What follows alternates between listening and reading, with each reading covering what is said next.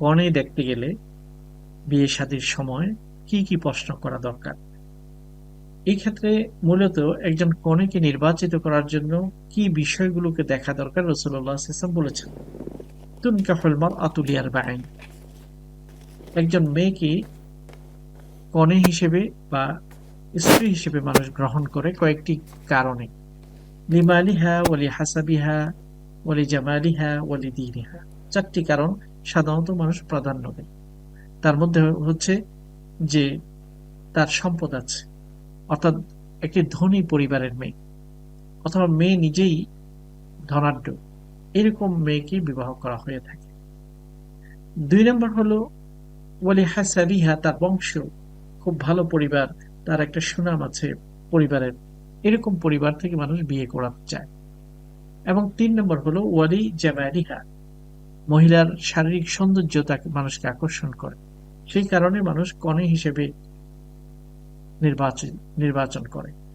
এবং ৪ নম্বর ওয়ালি দীনিহা, ধার্মিকতা, আদর্শ, শিক্ষা ইত্যাদির কারণে মানুষ স্ত্রী হিসেবে গ্রহণ করে মেয়েদেরকে।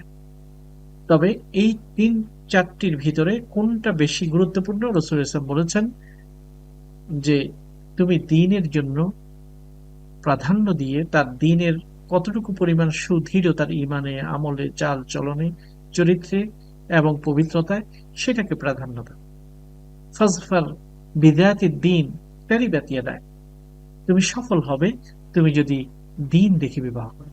এজন্য একজন একজন পুরুষ, একজন মুসলমান বিশ্বাসী ঈমানদার পুরুষ যখন কোনো মেয়েকে কনে হিসেবে নিতে চায়, তখন অবশ্যই তিনি মূল যে বিষয়টা সেটা দেখবেন, যে তার ধার্মিকতা, তার কোরআন শরীফ পড়া, ৫ ওয়াক্ত নামাজের সাথে তার সম্পর্ক, তার আদর্শ, দ্বীনের ব্যাপারে তার ইলম, জ্ঞান, এই বিষয়গুলো নিয়ে তাকে প্রশ্ন করে। এগুলো ভালো করে জেনে নেওয়া দরকার। কারণ দ্বীন যদি থাকে তখন অন্যগুলো ইনশাআল্লাহ কোনো ব্যাপার হয় না।